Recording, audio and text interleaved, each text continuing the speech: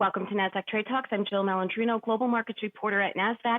Joining me remotely is Bob Yawger. He's a Senior Energy Analyst at Mizuho Americas.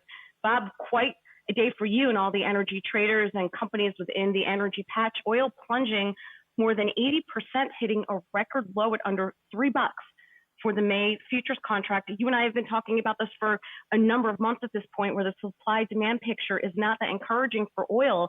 But I never thought in 1,000 years that we'd be talking about it in the $2 handle.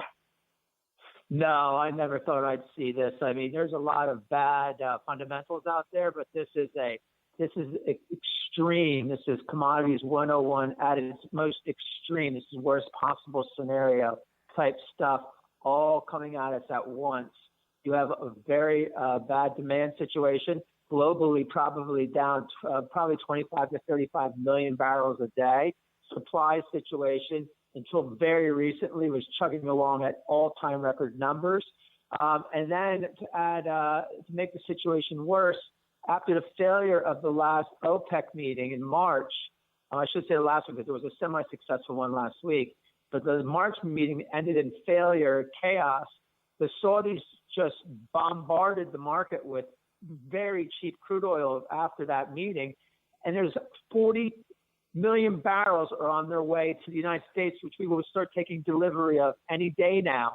There will be crude oil coming from Saudi Arabia through May to the tune of 40 million barrels. We do not need that crude oil. It's coming at the worst possible time. It threatens to maximize storage to maximum capacity levels, and then it will force those barrels to storage either on rail cars or floating storage in a worst possible scenario situation. Yeah, that was my question.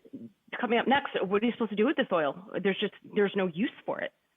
Well, you can really see today that it's a pretty bad situation. But some of the shipping stocks that basically store oil or move oil, they are ripping today. And the reason they're ripping is not because they're going to be taking crude oil from X, point Y. They're ripping in anticipation of storage here in the United States hitting maximum levels.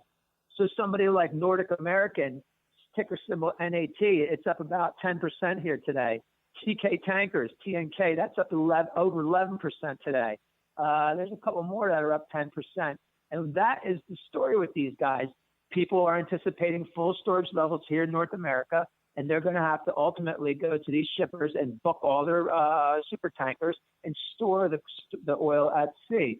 Now, this did happen to a certain degree in 2017. It wasn't this extreme as far as the futures expirations were concerned, but the price was beaten up pretty good. And there was a lot of crude oil stored at sea.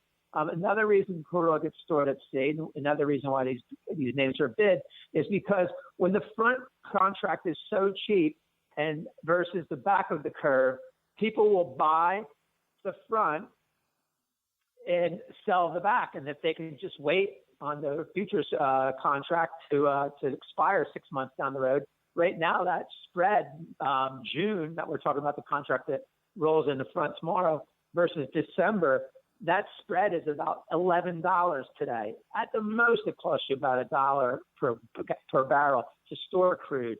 So you would be making $5 when that thing expires in 6 months, 7 months from now. So pretty nice penny for just doing nothing other than buying and selling strategically at the same time on the curve. All right, let's talk about the futures contract for a moment. This will not translate into, let's say, 25% gasoline. Part of this has to do with the function of the contract itself, where you have very small remaining open interest, which is going to roll off. So part of that, can that also be part of the reason why we're seeing it at this level? I don't think it's going to translate into where everyone's virtually getting gasoline for free at the pump. No, there's some strange dynamics going on right now along those lines too. Actually, the sliding May crude oil right now, it is a function of the open interest. These guys are scrambling. People that own the crude oil going into the final days are scrambling to get rid of those contracts. Keeping in mind that NYMEX contract can be a physical contract. You get those oils dumped in your swimming pool if you have them at the end of the day. Nobody wants that. Back in the old days, this was a common kind of situation, scramble on the last day. Not price action like this. This is unprecedented. But back in the day, it was a scramble on last day. And that's what it's going to be like for the next 25 hours.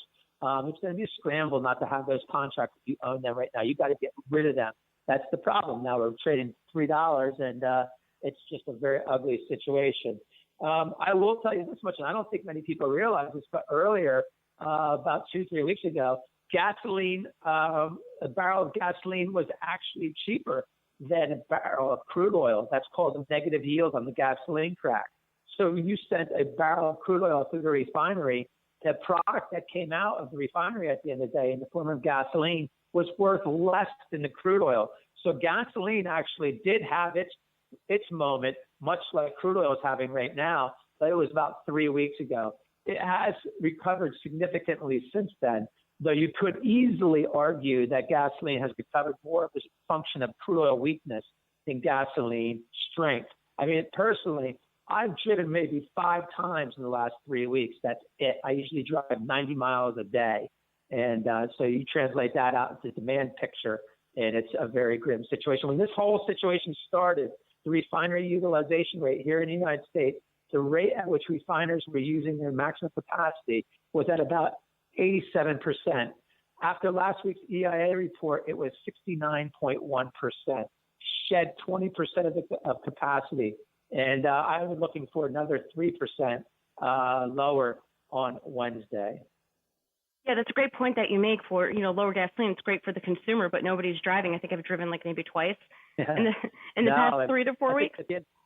At the end of the day, when you really calculate the slide in gasoline versus the potential loss of jobs related to the oil industry, it probably ultimately will end up costing your average person X amount in some way, shape, or form. So, yes, it would be one thing if we were all out driving at $1.50 a gallon, but nobody is. And instead, we're going to lose 250,000 jobs potentially in Texas, good paying jobs for that matter. And so, yes, there's no equal sign there. All right, Bob, great to have you with us as always. Thanks so much for joining. Thank you, Jill. You have a good day. All right, and thanks for joining me on Trade Talks. I'm Jill Malandrino, Global Markets Reporter at Nasdaq.